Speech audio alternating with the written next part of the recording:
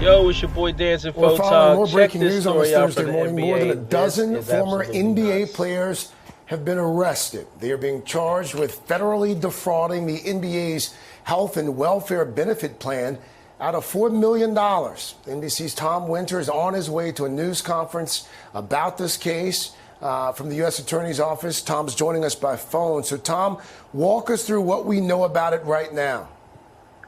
Players in total, and there's a fund that's been set up called the NBA's Health and Welfare Benefit Plan, where players can receive health insurance or additional health payments from the NBA and from this plan. And according to federal prosecutors, these 18 former NBA players, including a couple of names that might be familiar to our audience, Milt Palacio, former high school standout and NBA player Sebastian Telfair, Antoine Wright, Glenn Big Baby Davis, Terrence Williams, Tony Allen, all caught up in this among the host of other players. The indictment says that Terrence Williams, who's a former player, quote, orchestrated a plan to submit false claims to the NBA's Health and Welfare Benefit Plan.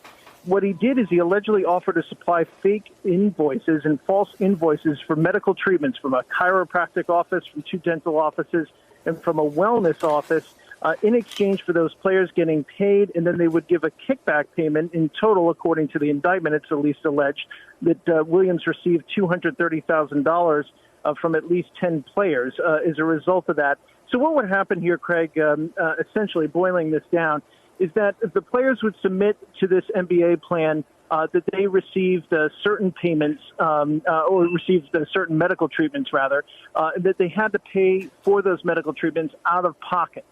They would submit these fake invoices, and one of the things that apparently, according to the indictment, tipped them off that they were fake is they were not even submitted on the letterhead from these particular doctor or medical offices. They had poor grammar, and in several instances were submitted for medical procedures when some of these players were not even in the United States.